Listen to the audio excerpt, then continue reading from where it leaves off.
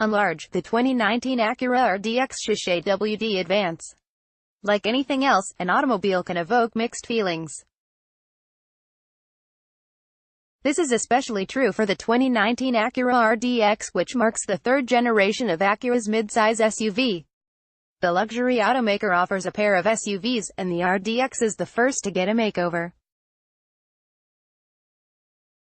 This is a good thing, because the previous generation of Acura SUVs and crossovers feel dated compared to those from the likes of BMW, Audi, and Volvo.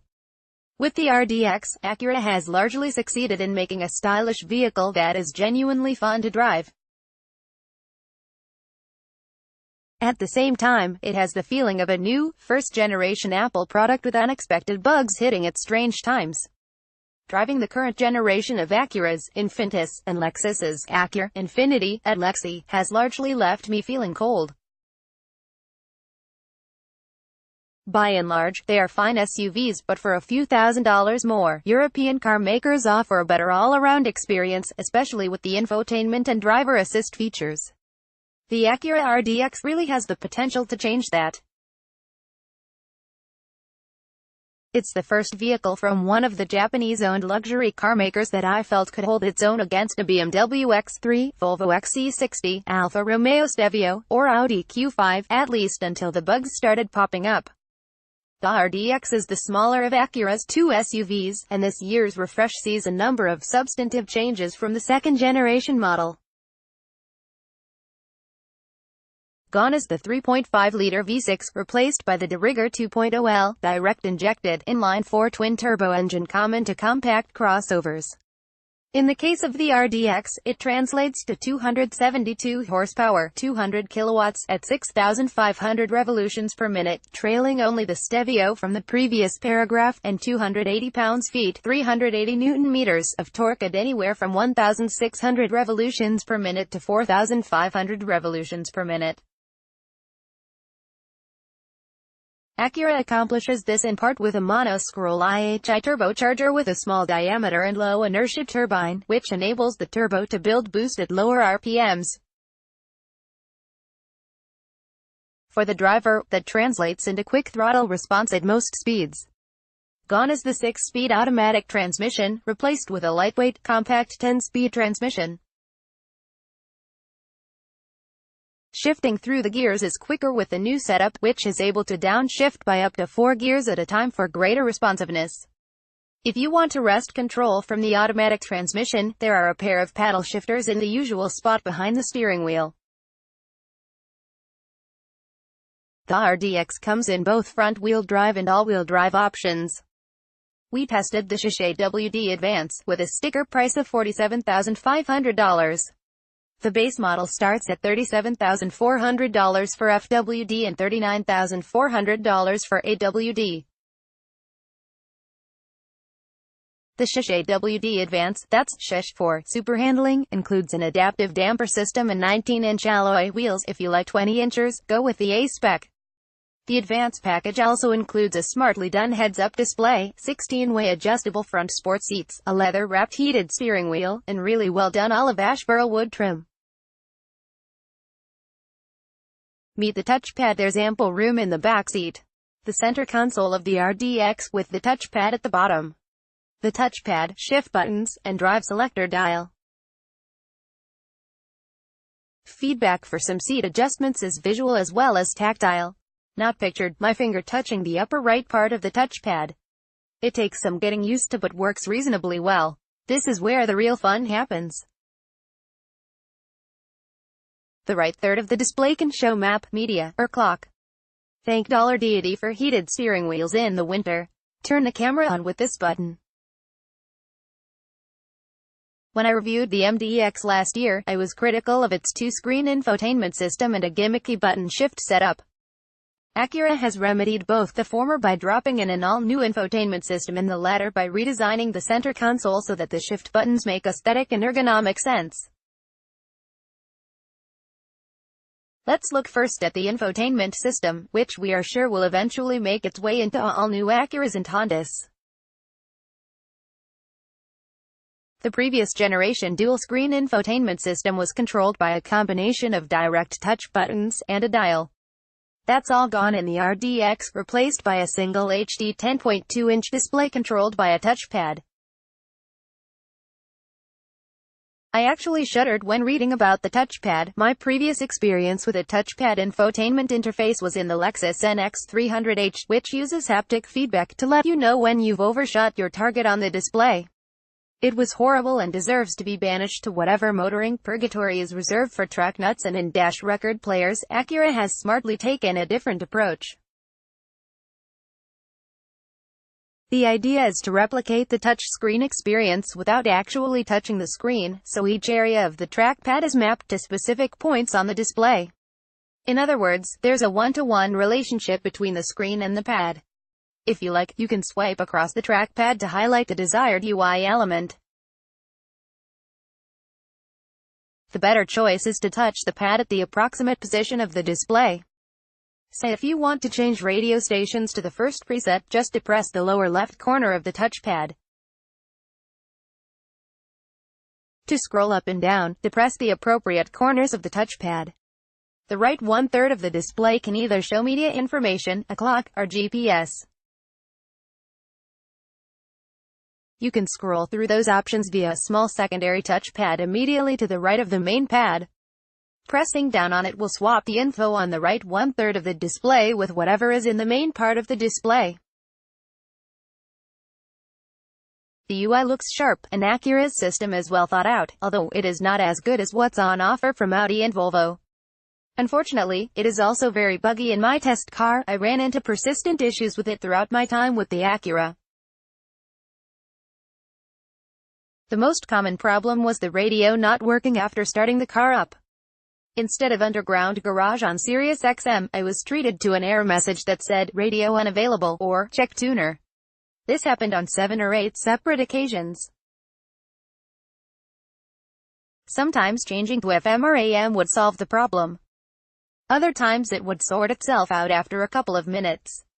Prepare to drive in silence until this message disappears, usually in 2 to 3 minutes. Ditto with this message. Acura says these bugs will be addressed in a forthcoming over-the-air update. The heads-up display is telling me to turn left, but the infotainment display says to turn right on North Meacham, and is correct. This is bad. Another issue came in the form of contradictory turn-by-turn instructions. I realize we live in an age where Waze and Google Maps reign supreme, but there are times when it's just easier to use a car's built-in GPS. In my case, I had just dropped my son off at rugby practice and was craving a spicy Chick-fil-A sandwich. I knew there was a Chick-fil-A within a couple of miles of where I was, but was unsure of which road I should take to get there.